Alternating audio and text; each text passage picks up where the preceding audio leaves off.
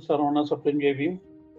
मी आपल्यासमोर धम्मपदातील उपवर्गातील 56वी गाथा सादर करत आहे.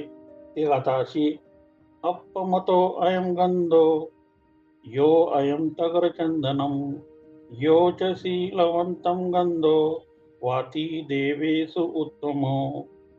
अपमतो अयं गंधो यो अयं तगरचंदनम यो च शीलवंतं गंधो वाती देवेषु उत्तमो.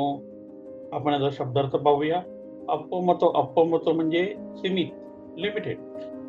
यो अयम म्हणजे हा जो. शीलवंतम म्हणजे शीलवान. देवेसु म्हणजे देवामध्ये. वाती म्हणजे पसरतो, दरवळतो. आपण याचा अर्थ पाहूया. तगर वा चंदन याचा सुगंध अल्पमात्र आहे, कमी, लिमिटेड. परंतु हा जो शीलवंतांचा सुगंध म्हणजे सदाचाराचा सुगंध आहे, तो देवलोकापर्यंत वाहणारा, पसरणारा सर्वश्रेष्ठ सुगंध आहे. धन्यवाद. जय भीम. नमो बुद्धाय.